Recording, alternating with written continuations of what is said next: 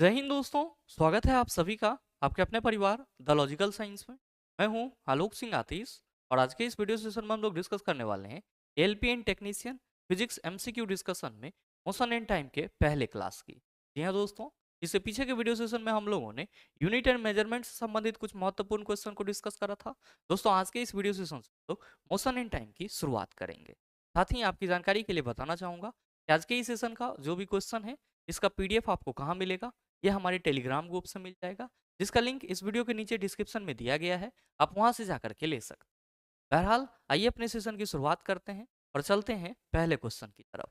आपका जो पहला क्वेश्चन है आज के इस सेशन का, क्वेश्चन नंबर 1, क्या पूछा जा रहा है आपसे? आपसे पूछा जा रहा है कि if the distance covered by an object is zero then what will be the displacement of the object. यदि किसी वस्तु द्वारा तय की गई दूरी शून्य है तो वस्तु का विस्थापन कितना होगा? ऋणात्मक, शून्य, धनात्मक, शून्य हो भी सकता है, नहीं भी होगा। क्या होगा इसका? ध्यान में रखिएगा कि मोशन एंड टाइम के सर ये दो महत्वपूर्ण टर्म है। एक तो आपका डिस्टेंस और दूसरा आपका डिस्प्लेसमेंट। और मेरे मित्र आप सबों को ध्यान में रखना है कि डिस्टेंस को ही हम लोग हिंदी में क्या कहते हैं? दूरी कहते हैं। और डिस्प्लेसमेंट को हम लोग हिंदी में क्या कहते हैं? सर विस्थापन कहते हैं।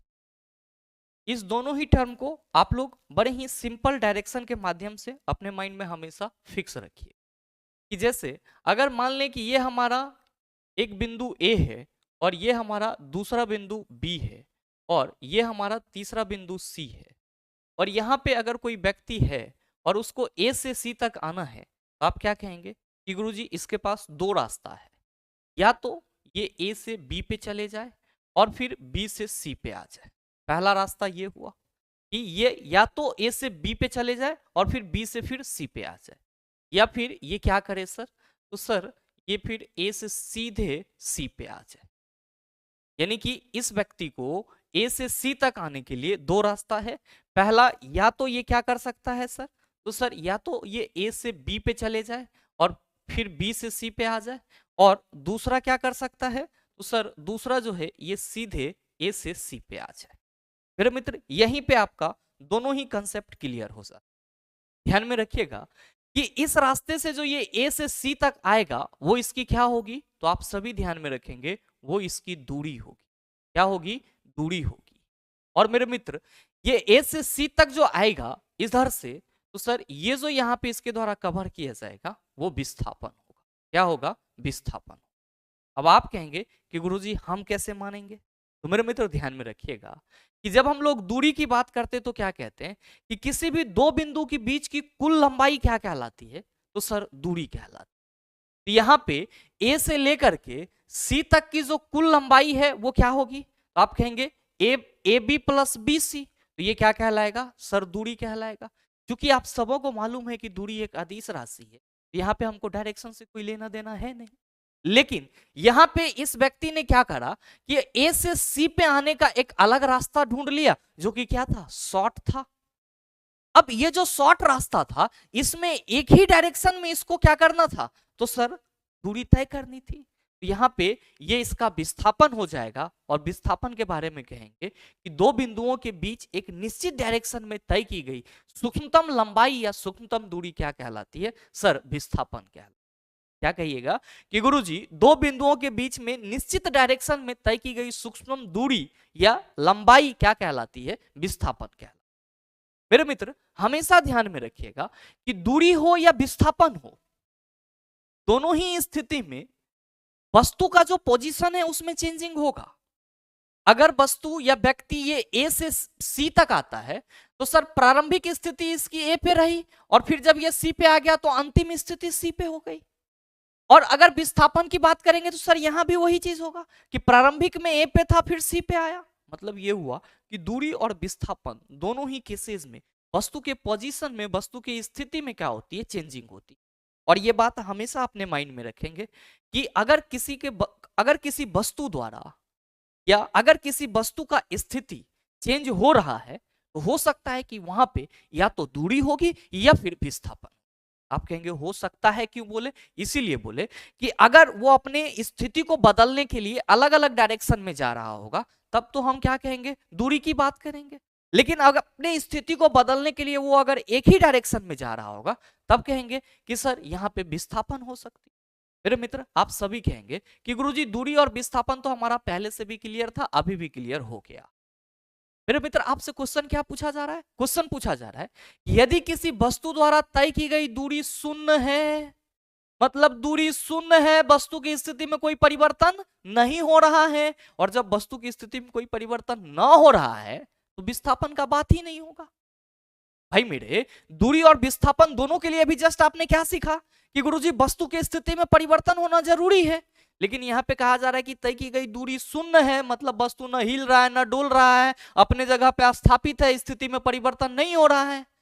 और जब स्थिति में परिवर्तन नहीं हो रहा है तो दूरी नहीं है, और जब दूरी नहीं है तो विस्थापन कहां से होगा? आप कहेंगे सर इसका मतलब ये हुआ कि क्वेश्चन के अनुसार हमारा आंसर शून्य हो जाएगा। बिल्कुल हो जाएगा सर, यानी कि सही आंसर ऑप्शन नंबर बी हो जाएगा। तो आप सभी से जब भी इस टाइप का क्वेश्चन पूछा जाएगा कि दूरी शून्य है, विस्थापन क्या होगा, आप कहिएगा क्या बात कर रहे हैं, दूरी हो विस्थापन हो स्थिति परिवर्तन होना चाहिए। अब दूरी जब शून्य है मतलब स्थिति में परिवर्तन नहीं हो रहा है, तो विस्थापन क्या हो जाएगा? शून्य हो जाएगा। हमेशा ध्यान में रखिएगा कि दूरी जो है वो हमेशा धनात्मक होता है। दूरी हमेशा क्या होता है? धनात्मक होता है। ये कभी भी पॉजिटिव, निगेटिव या जीरो नहीं होगा। लेकिन विस्थापन क्या होगा? तो आप सभी ध्यान में रखेंगे कि विस्थापन जो है वो पॉजिटिव, पॉजिटिव, निगेटिव और जीरो तीनों हो सकता है। पॉजिटिव, निगेटिव और जीरो तीनों हो सकता है। और मेरे मित्र, आप सभी ध्यान में रखिएगा कि अगर कहीं पे आपको ये लिख दिया जाए कि अंतिम स्थिति, अंतिम स्थिति, अंतिम स्थिति, अंतिम स्थिति माइनस प्रारंभिक स्थिति, अंतिम स्थिति माइनस प्रारंभिक स्थिति इक्वल टू व्हाट, तब आप लोगों को परेशान नहीं होना है। काहे नहीं होना है? तो गुरुजी, जब अंतिम स्थिति माइनस प्रारंभिक स्थिति की बात की जाएगी तो हम लोग सीधे कहेंगे क्या? सीधे कहेंगे कि सर ये विस्थापन है। क्या है? विस्थापन, यानी कि डिस्प्लेसमेंट है। यहाँ पे देखिए कि अंतिम प्रारंभिक स्थिति ये है और ये यहां से यहां आएगा, तो सर ये इसका अंतिम स्थिति हो जाएगा। तो अंतिम स्थिति में से प्रारंभिक स्थिति को घटा देंगे तो विस्थापन के लिए फॉर्मूला निकल जाता है। और मेरे मित्र ध्यान में रखिएगा कि यहीं पे हम लोग इसी चीज को डिस्प्लेसमेंट इक्वल टू क्या लिख देते हैं? तो अंतिम स्थिति को अगर हम लोग एक्स एफ मान लें और प्रारंभिक स्थिति को अगर हम लोग एक्स आई मान लें, X F minus, X F का मतलब हुआ sir final position, X I का मतलब हुआ इनिशियल पोजीशन, तो डी इक्वल टू हम लोग फॉर्मूला ना कह देंगे X F minus X I, D equal to formula हम लोग ना कह देंगे X F minus X I. तो चला जी, हम आपको ये लगी बता रहे हैं कि आपके एएलपी एग्जाम में जो क्वेश्चन पूछा जाएगा वो थोड़ा सा कंसेप्चुअल होगा, प्रैक्टिकल होगा और सर कैलकुलेटिव होगा, और वहां पे ये सब टर्म आपको देखने को मिलेंगे। तो वहां पे आपको परेशान नहीं होना है। एक्स एफ क्या होगा? Final position. एक्स आई क्या होगा? Initial position. क्या होता है दोनों का अंतर? गुरुजी विस्थापन होता है। विस्थापन क्या हो सकता है? तो सर धनात्मक, ऋणात्मक, जीरो तीनों हो सकता है। एक चीज और ध्यान में रखिएगा कि अगर कोई वस्तु अपने प्रारंभिक स्थिति से चले और प्रारंभिक बिंदु पे ही पहुंच जाए, अगर कोई वस्तु अपने प्रारंभिक स्थिति पे चले और प्रारंभिक बिंदु पे ही पहुंच जाए, उस केस में खुल्लम खुल्ला विस्थापन क्या होगा? जीरो होगा। जैसे आपके एग्जाम में कभी कभी क्वेश्चन पूछ लिया जाता है कि मोहन नाम का एक तैराक है जो किसी नदी में सर ऊर्ध्वाधर रूप से, यानी कि मतलब सीधी रेखा में नदी में तैर के इस छोर से उस छोर जा रहा है, और फिर वो वहां पे रिटर्न भी वो सीधी रेखा में आ रहा है, मतलब एक बार इस छोर से उस छोर तक गया, फिर उस छोर से इस छोर तक आया। आपसे पूछा जाता है कि दोनों छोर पे जाने आने में जो मोहन नाम का तैराक है इसके द्वारा तय की गई कुल दूरी, आप कहेंगे जो एक साइड का लंबाई होगा अगर 2 से गुना कर देंगे तो कुल दूरी आ जाएगा। का है? तो सर गया है फिर एबो न किया है। बिल्कुल सत्य बच्चन। अब यहाँ पे विस्थापन क्या होगा? आप जोड़ने घटाने मत लगना। ऐसे अगर आपका कैलकुलेटिव पॉइंट सही है, मैथमेटिकली अच्छा आप हो, तो आप ऐसे भी कह दोगे कि सर इधर से गया, इधर से गया और फिर उधर से आया, तो एक तरफ का पॉजिटिव और दूसरे तरफ का नेगेटिव ऐसे भी जीरो कर लेंगे। लेकिन नियम था क्या? कहेंगे कि गुरुजी प्रारंभिक स्थिति से चला, प्रारंभिक स्थिति पे आ गया, तो हमरा काहे लगी मैथ में अपना नॉलेज दिखाने का जरूरी है? यहाँ पे हम तो सीधे कहेंगे कि विस्थापन जीरो हो जाएगा। ये चीज यहां से भी हो सकता है, इसमें परेशान होने की जरूरत नहीं है। मेरे ख्याल से आप इस चीज को समझ पाए हो। आइए बात करते हैं हम लोग अगले क्वेश्चन की। अगला क्वेश्चन, क्वेश्चन नंबर 2, कहा जा रहा है कि when a force of 5 newton is applied to a wooden block of mass m1 kg, it accelerates by 10 meter per second square. Another plank of mass m2 kg moves with an acceleration of 20 meter per second square. When the same force is applied, if both the planks are tied together and the same force is applied on them, what will be the acceleration? आप कहेंगे sir ये क्या है? मेरे मित्र, बड़ा ही simple question है। Question का जो लैंग्वेज है इसको देख करके आप लोगों को परेशान नहीं होना है। क्वेश्चन में कहा जा रहा है कि m1 किलोग्राम द्रव्यमान वाले एक लकड़ी के तख्ते पर 5 न्यूटन का बल लगाया जा रहा है, जिससे इसमें 10 मीटर पर सेकंड स्क्वायर का त्वरण उत्पन्न हो रहा है। और दूसरा में जो बल लगाया जा रहा है वो 5 न्यूटन का ही है, लेकिन उसमें जो त्वरण उत्पन्न हो रहा है वो 20 मीटर पर सेकंड स्क्वायर का हो रहा है। कहा जा रहा है जब दोनों को जोड़ दिया जाए तो यहां पे जो उस पे अगर यही बल लगे तो दोनों को जोड़ने के बाद जो इस पे सेम बल लगेगा उससे त्वरण कितना उत्पन्न होगा, आपको वो बताना है। आप कहेंगे सर ये कैसे सॉल्व करेंगे? तो चेला जी पहले तो 2 गो तख्ता बना लेंगे, कहा है कि वुडन प्लैंक कहा जा रहा है।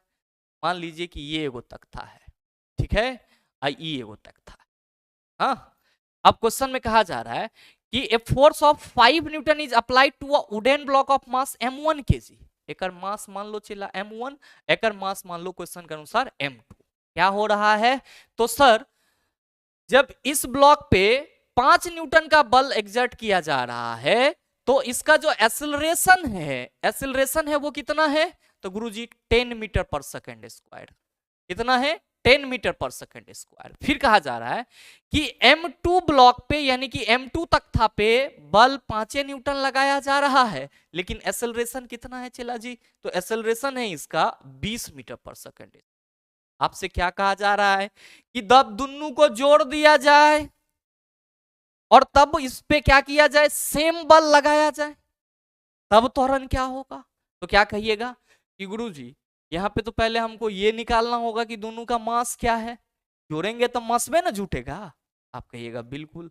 ध्यान दीजिएगा कि यहाँ पे अगर हम मास निकालेंगे तो फॉर्मूला हमारा F equal to M A equal to क्या हो जाएगा चला? आप कहेंगे सर ये ए नहीं निकालना है, हमको m निकालना है। बिल्कुल सही। तो m इक्वल टू क्या हो जाएगा? आप कहिएगा सर m इक्वल टू हो जाएगा F बटा a।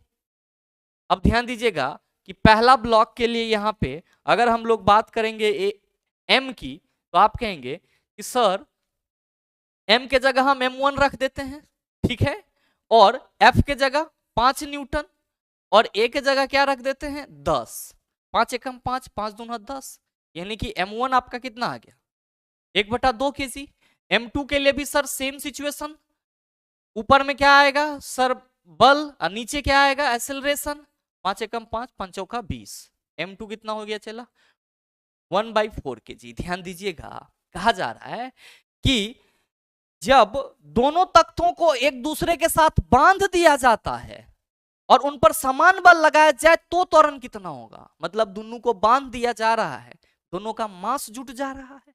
तो सर जब दोनों को टाई कर देंगे, जोड़ देंगे, तो मास इसका क्या होगा? आप कहेंगे कुल मसबा तो sir m1 into m2 plus m1 into m2 equal to 1/2 plus 1/4 हो जाएगा। 2 4 का एलसीएम कितना होगा चला? 4 होगा। 2 दूना 4, 4 एकम 4, 3/4। यानी कि जोड़ने पर मास कितना आया सर? जोड़ने पर मास 3/4 आया। क्या निकालना है? तो सर जब बल एकरा पर 5 न्यूटन लगे तब एक्सेलरेशन क्या होगा? तो आइए ना चला जी, F equal to M A से शुरुआत करते हैं और A निकालना है तो F बटा क्या हो जाएगा? M हो जाएगा। F कितना है आपका? आप कहिएगा 5 है सर। M कितना निकाले हैं टोटल? 3/4। तब 5 गुना 4/3 कितना हो जाएगा? हो 20/3। अब 20/3 को आप डिवाइड कर लीजिएगा, ये 6.666 के समथिंग आएगा, जिसको आप 6.67 कह सकते हैं। सही आंसर क्या हो जाएगा? ऑप्शन नंबर ए हो जाएगा। मेरे मित्र, आपके एएलपी एग्जाम में जो क्वेश्चन आपसे पूछे जाएंगे जरूरी नहीं है कि थ्योरेटिकल क्वेश्चन ही पूछे जाएंगे, आपको न्यूमेरिकल क्वेश्चन पूछे जाएंगे। हो सकता है कि किसी शिफ्ट में जितने भी क्वेश्चन हैं वो सब के सब एप्लीकेशन बेस्ड ही हो, कोई ना कोई उस पर फॉर्मूला का इंप्लीमेंटेशन होता ही होता हो। तो जो हम लोग एएलपी के लिए लेवल लेवल की बात करते हैं ना सर, वो आपका कुछ इसी तरीके से लेवल दिखता है। आइए बात करते हैं अगले क्वेश्चन की। अगला क्वेश्चन, क्वेश्चन नंबर 3, बड़ा ही आसान सा सवाल कि जब 21 न्यूटन के एक बल को 3 किलोग्राम द्रव्यमान वाली वस्तु पर लगाया जाता है तो उत्पन्न त्वरण कितना होगा? What is the acceleration produced when a force of 21 newton is applied to an object of mass 3 kg? बहुत ही सिंपल सा सवाल, लेकिन यहां पे आपको यह ध्यान में रखना है कि जब भी हम लोग बात करेंगे इस टाइप के प्रश्न की, तो हमारे माइंड में एक चीज तो हमेशा से रहना चाहिए, फिजिक्स पढ़ रहे हैं तो, कि अगर फिजिक्स का हमको न्यूमेरिकल प्रॉब्लम सामने दिख रहा है तो उस क्वेश्चन में जो डाटा है वो डाटा क्या है, क्या मांगा जा रहा है, फॉर्मूला खुद में खुद आपका माइंड हिट कर देगा। 21 न्यूटन का बल है, 3 kg वाले द्रव्यमान पे लग रहा है, ये पूछा जा रहा है। आप कहिएगा गुरुजी अभी बताए हैं कि A इक्वल टू क्या हो जाएगा, F बटा M हो जाएगा। अभी ना कि F equal to M A होता है, फिर A इक्वल टू F बटा M। प्रैक्टिस में रहेंगे तो सर ये सब चीज हमारे माइंड में होना चाहिए। अब प्रैक्टिस कर रहे हैं तब, एग्जाम हॉल में नहीं होना चाहिए। एग्जाम हॉल में सीधे क्या होता, सीधे 21/3 7 आंसर होता। तो ध्यान दीजिएगा कि F आपका क्या हो जाएगा, आप कहेंगे सर 21 और मास कितना है गुरुजी 3, 3 सत्ते 21 मास, सॉरी 3 सत्ते 21 आपका 7 मीटर पर सेकेंड स्क्वायर। देख लीजिए आपके किस ऑप्शन में है, आप कहेंगे सर ऑप्शन नंबर सी में है। ध्यान दीजिएगा यहाँ पे भी बहुत सारे मित्र कंफ्यूज होते हैं कि गुरुजी आप मीटर पर सेकेंड स्क्वायर निकाले, यहाँ पे ms⁻² लिखा हुआ है, तो चला जी मीटर बटा सेकेंड स्क्वायर है। अब m इसको गुना के फॉर्म में लिखिएगा तो s⁻² जो है ऊपर ले जाएगा तो क्या कीजिएगा, माइनस में न ले आइएगा, यह है ना लिखा हुआ है ms⁻²। इसमें आपको परेशान नहीं होना। ध्यान में रखिएगा कि यहाँ पे जो ये आप त्वरण बता रहे हैं, ये जो आप त्वरण बता रहे हैं, इसको दो सेंस में मोशन इन टाइम में आप लोग अपने माइंड में रखने की कोशिश करेंगे। दो सेंस कौन सा, पहला चीज तो वेग में परिवर्तन की दर को त्वरण बोला जाता है। अभी वेग कहां से आ गया, तो सर विस्थापन जो कवर की जाती है, तो विस्थापन कवर करने का जो रेट होता है, यानी कि सर विस्थापन बटा जो समय होता है वो हमारा वेग कहलाता है, और वेग में परिवर्तन की दर हमारा त्वरण कहलाता है। लेकिन आप सबों को यहाँ पे ये ध्यान में रखना होगा कि सर जो त्वरण किसी भी ऑब्जेक्ट में आता है वो जब तक कि उस पर बल नहीं लगाया जाता है तब तक नहीं आता है। मतलब ये हुआ कि किसी भी वस्तु को अगर त्वरण प्राप्त करना है तो उस पर कोई ना कोई बल लगना चाहिए, और एक्चुअली में किसी भी वस्तु में जो त्वरण उत्पन्न होता है वो उस वस्तु पर लगे हुए बल के चलते होता है। और इसीलिए हम लोग क्या कहते हैं कि गुरुजी जो बल होता है वो उस वस्तु के द्रव्यमान और त्वरण के गुणनफल के बराबर होता है। तो आप इस चीज को भी ध्यान में रखिएगा। आइए बात करते हैं अगले क्वेश्चन की। अगला क्वेश्चन, क्वेश्चन नंबर 4, क्या पूछा जा रहा है कि what is the rate of change of velocity called? वेग में परिवर्तन की दर को क्या कहा जाता है? आप सभी कहेंगे गुरुजी अभी जस्ट आपने बताया कि वेग में परिवर्तन की दर को हम लोग क्या कहते हैं, त्वरण कहते हैं, एक्सेलरेशन कहते हैं। अब बहुत सारे मित्रों के मन में आ रहा होगा कि गुरुजी वेग में परिवर्तन की दर आपने बहुत दूर की बात बोला, ये पहले बताओ कि वेग क्या होता है। वेग की चर्चा तो हुई। मेरे मित्र ध्यान में रखें कि जब हम लोग वेग की बात करते हैं तो इसी को हम लोग v से रिप्रेजेंट करते हैं और क्या पढ़ते हैं, वेलोसिटी पढ़ते हैं। और ये क्या है, तो सर जो वेग है वो स्थिति में परिवर्तन की दर है। वेग क्या है, स्थिति में परिवर्तन की दर है। स्थिति में परिवर्तन की दर मतलब स्थिति में परिवर्तन बटा समय।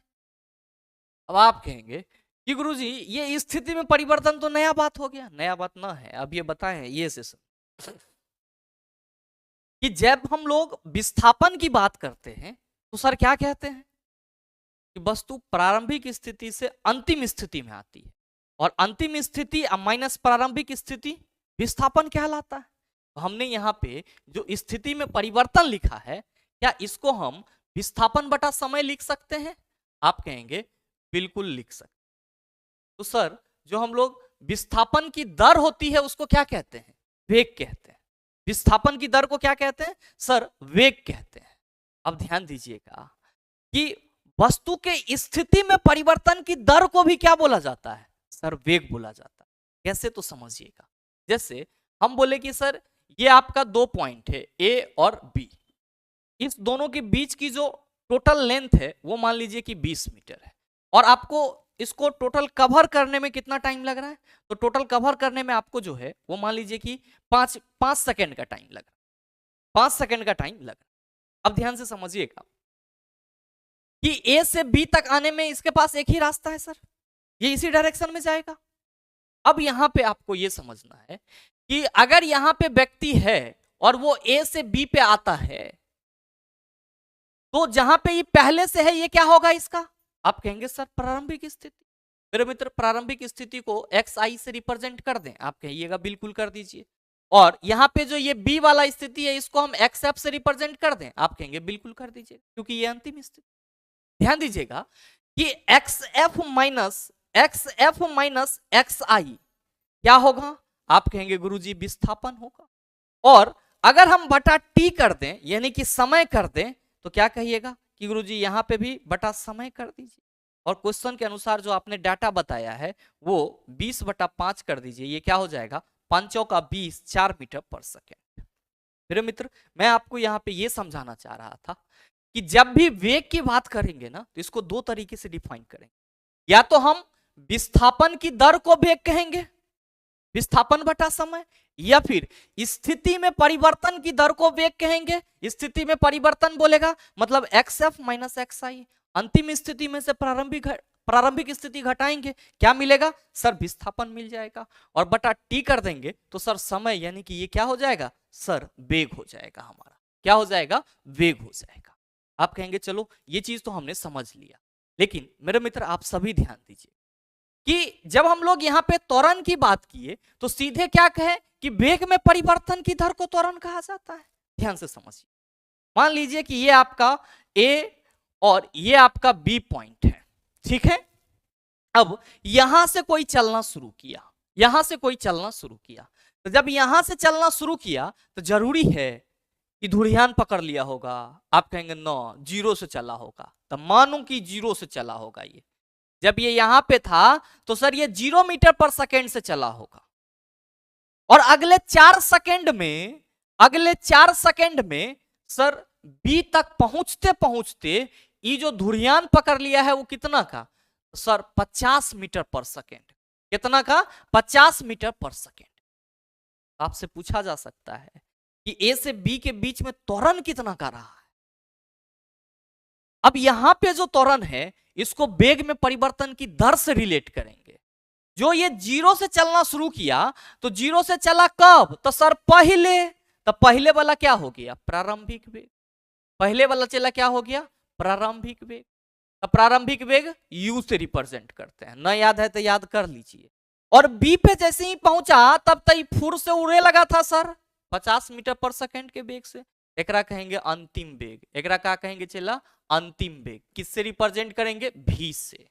अब हमने बोला कि त्वरण जो है वो वेग में परिवर्तन की दर है, वेग में परिवर्तन मतलब बड़का में से छोटका घटाओ, अंतिम में से पहलुका को घटाओ, तो वेग में जो परिवर्तन होगा, वेग में जो परिवर्तन होगा उसको हम लोग डेल v से रिप्रेजेंट करेंगे। और क्या कहेंगे कि गुरुजी वेग में परिवर्तन जो है वो v माइनस u के रूप में होगा, यानी कि अंतिम वेग में से प्रारंभिक वेग घटाएंगे। और दर की बात कर रहे हैं तो गुरुजी बटा समय, बटा समय, तो मेरे मित्र v माइनस u बटा टी, v माइनस u बटा टी, तो आप इसको वेग में परिवर्तन बटा समय कह लो, v माइनस u बटा टी कह लो, दोनों क्या है तो गुरुजी त्वरण के लिए फॉर्मूला है। क्या है त्वरण के लिए फॉर्मूला है। मेरे मित्र आप दोनों तरीके से त्वरण का फॉर्मूला याद रखेंगे कि A इक्वल टू एफ बटा एम भी होता है, काहे तो वस्तु में अगर त्वरण उत्पन्न करना है तो बल लगाना होगा, और अगर वेग में परिवर्तन हो रहा है तो v माइनस यू बटा टू कहेंगे, u बटा टी कहेंगे, या A इक्वल टू dv बटा dt। dv वेग में परिवर्तन, dt वेग में परिवर्तन होने के लिए जो समय अंतराल है, मेरे ख्याल से दिक्कत नहीं होगा। बात करते हैं अगले क्वेश्चन। आप सबों के मन में घूम रहा होगा गुरुजी फोर्स नहीं बताए, गति नहीं बताए, मोमेंटम नहीं बताए, force and laws of motion का टॉपिक है चला। और यहाँ पे जब आप इतना सारा चीज एक चीज को पढ़ लेते हैं तो इस कंसेप्ट को जैसे ही मिक्स करेंगे तो सर वो बाहर जाना शुरू हो। बात करते हैं अगले क्वेश्चन की। क्वेश्चन नंबर 5 कहा जा रहा है यदि 10 किलोग्राम द्रव्यमान की किसी वस्तु पर 20 न्यूटन बल लगाया जाता है तो त्वरण कितना होगा। मेरे मित्र आपने अभी जस्ट हमारे साथ किया है, और इस क्वेश्चन को मेरा डालने का मकसद ही था ये क्वेश्चन आप सभी HW के रूप में वीडियो को देखते देखते नीचे कमेंट करके बताइए कि इसका आंसर क्या होगा, क्योंकि अभी जस्ट मैंने आपको बेस्ट तरीका बताया है कि इस टाइप के क्वेश्चन को कैसे सॉल्व करना है, और जो पूछा जा रहा है उसके लिए अभी जस्ट फॉर्मूला भी बताया गया है। अगला क्वेश्चन, क्वेश्चन नंबर 6, नकारात्मक त्वरण निम्न में से किसकी दिशा के विपरीत होता है? Velocity, momentum, force, distance.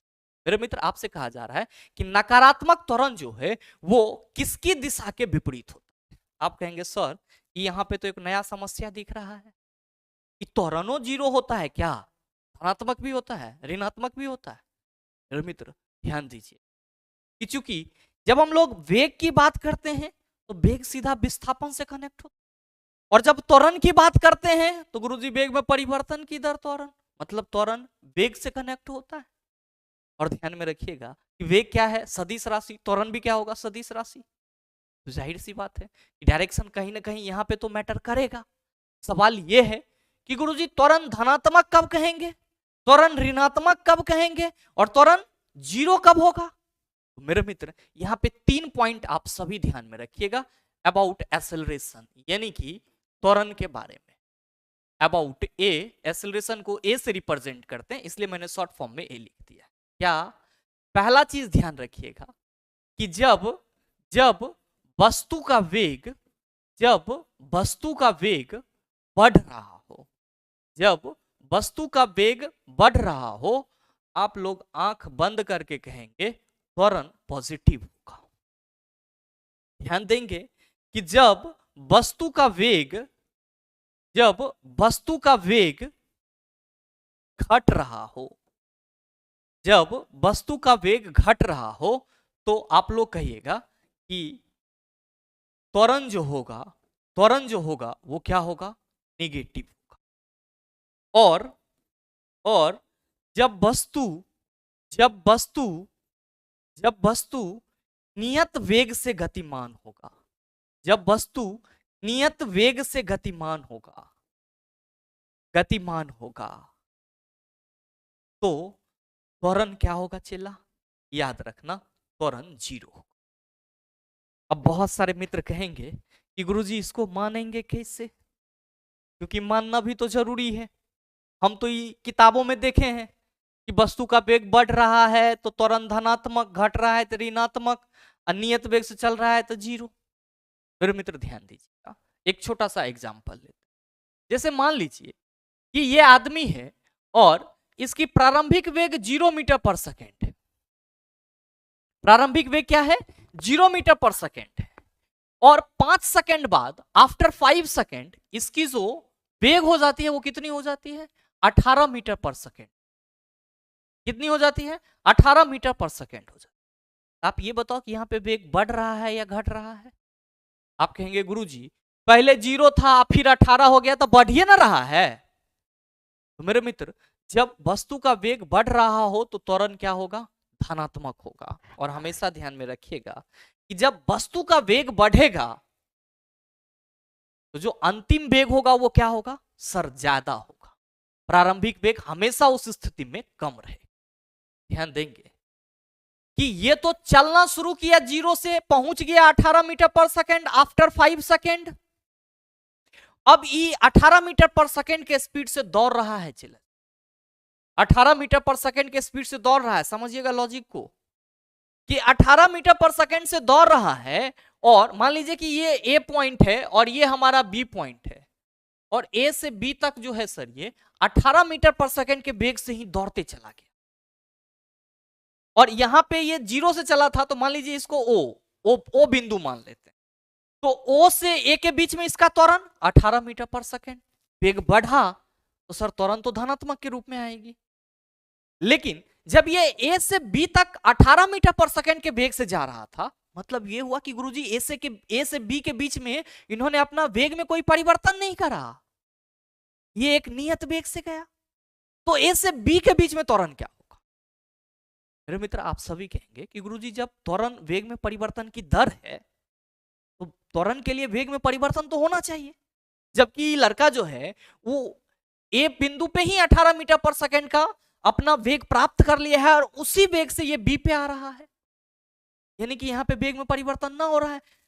जो लड़का है वो ए से बी तक नियत वेग 18 मीटर पर सेकंड के वेग से जा रहा है। मतलब साफ है कि ए से बी के बीच में जो इसकी त्वरण है वो क्या है, 0 है। तो जो हम लोग कहते हैं कि जब वस्तु नियत वेग से गतिमान होगा तो त्वरण 0 होगा, उसका रीजन ये है कि कांस्टेंट वेलोसिटी से जा रहा है, मतलब वेग ना बढ़ रहा है ना घट रहा है, जो है वही है, तो त्वरण क्या है, 0 है। अब ध्यान देंगे कि जैसे ही बी पे पहुंचा, यहां पे एगो ब्रेकर था। अब जो ये ब्रेकर था सर, उससे ये टकराया और टकराने के बाद ये गिर गया। आप कहेंगे सर जब ये गिरा होगा तब इसका जो वेग है वो क्या हो गया होगा, 0 हो गया, क्योंकि कोई भी चीज रुक जाएगी तो वेग क्या होगी, 0। चल किस स्पीड से रहा था सर, 18 मीटर पर सेकेंड के। तो टकराने से पहले इसकी वेग कितनी थी, 18 मीटर पर सेकेंड। अब टकराया तब इसका वेग कितना हो गया, 0 मीटर पर सेकेंड। क्वेश्चन पूछ देगा कि अवरोध के बाद ठोकर लगने के बाद जो है लड़का का त्वरण क्या है। अब आप क्या कहेंगे कि गुरुजी अब जो हमारा त्वरण होगा वो क्या होगा।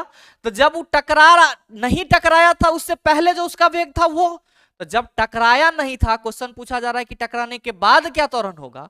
तो टकराने से पहले का जो वेग था वो प्रारंभिक वेग हो जाएगा, और टकराने के बाद वो वेग क्या हो गया, तो sir 0 v minus you, 0 minus 18 होगा। तो क्या कहिएगा, -18। तो हो गया ना सर त्वरण आपका ऋणात्मक। मतलब ये हुआ कि ऋणात्मक त्वरण के केस में अंतिम वेग आपका क्या होगा, प्रारंभिक वेग से हमेशा कम। अंतिम वेग क्या होगा आपका, प्रारंभिक वेग से हमेशा कम होगा। संभव है कि 0 भी हो सकता है, जैसा कि इस केस में आप देख रहे हैं। आप कहेंगे कि चलो सर अब ये पूरी तरह से हमारा क्लियर हो गया। अभी ध्यान में रखिएगा, वस्तु का वेग बढ़ रहा हो त्वरण बढ़ेगा, घट रहा है घटेगा, नियत वेग से जा रहा है तो सर त्वरण 0 हो जाए। आइए बात करते हैं अगले क्वेश्चन की। अगला क्वेश्चन, क्वेश्चन नंबर 7, कहा जा रहा है कि a train starts from rest with a speed of 90 kilometre per hour in 5 minutes.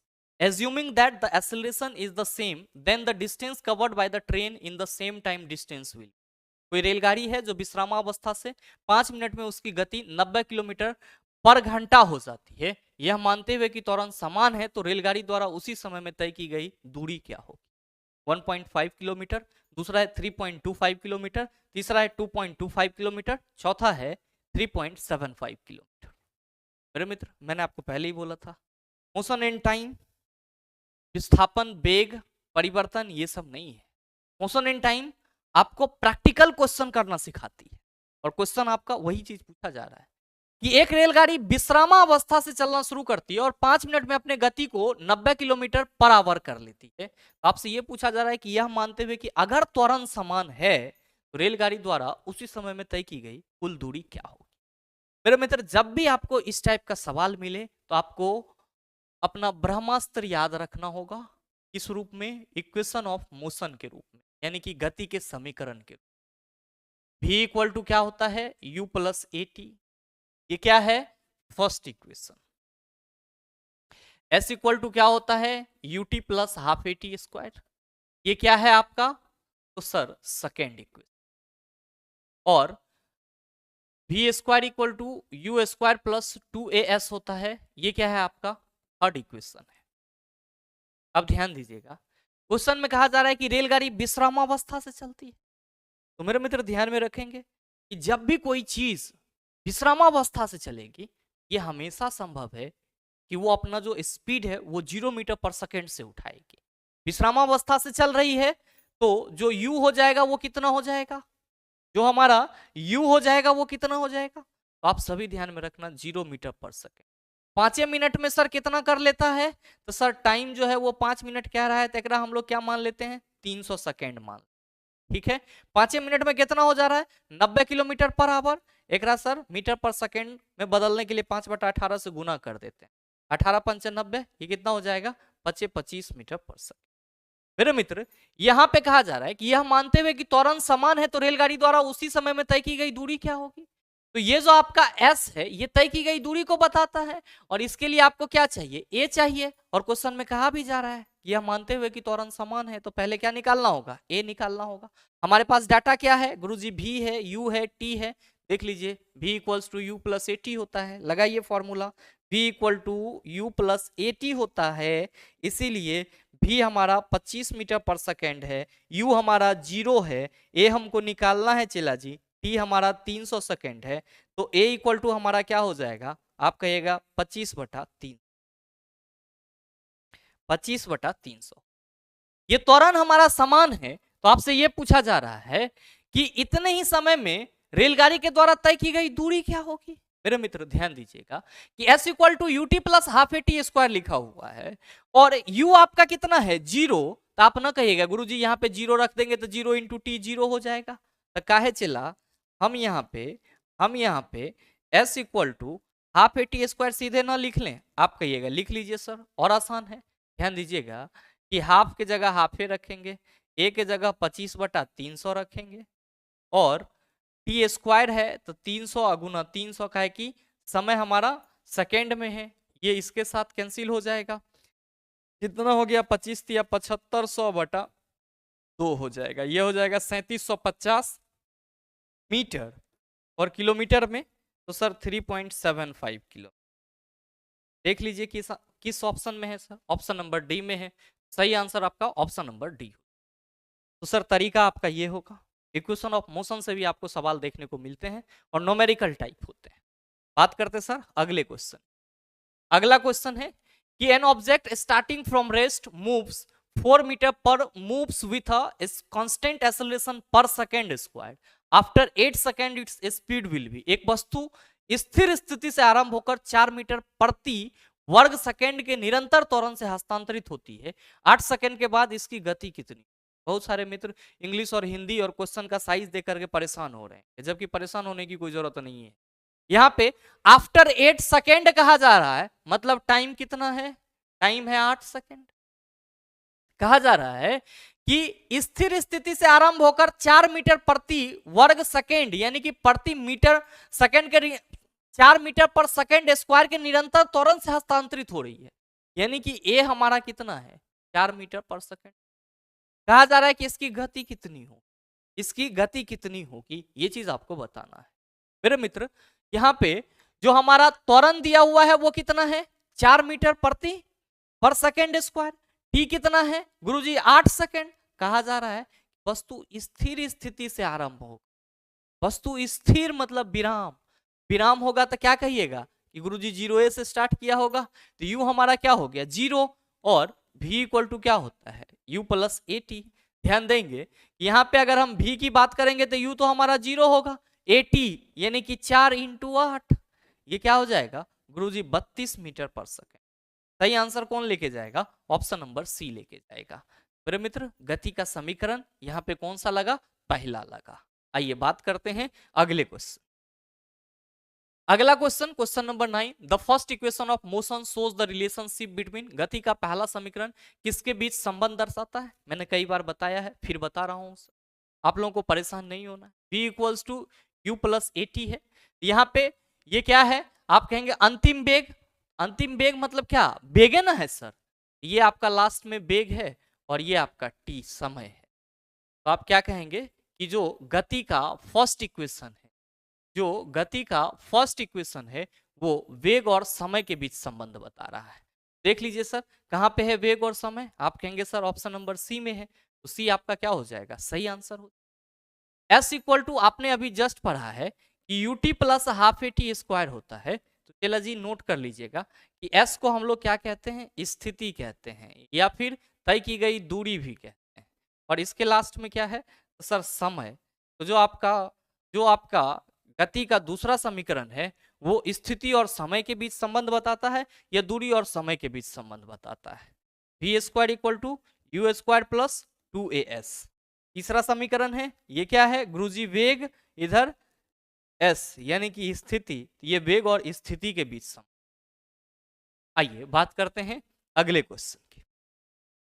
अगला question, question number 10, the second equation of motion depicts the relationship between. गति के दूसरे समीकरण द्वारा किसके बीच संबंध को दर्शाया गया है, वेग और समय, स्थान और समय, स्थान और वेग, और वेग और त्वरण। मेरे मित्र ये क्वेश्चन भी आपके लिए होमवर्क है और अगर आपने सीखा है सही आंसर क्या होगा नीचे कमेंट करके जरूर बताइएगा।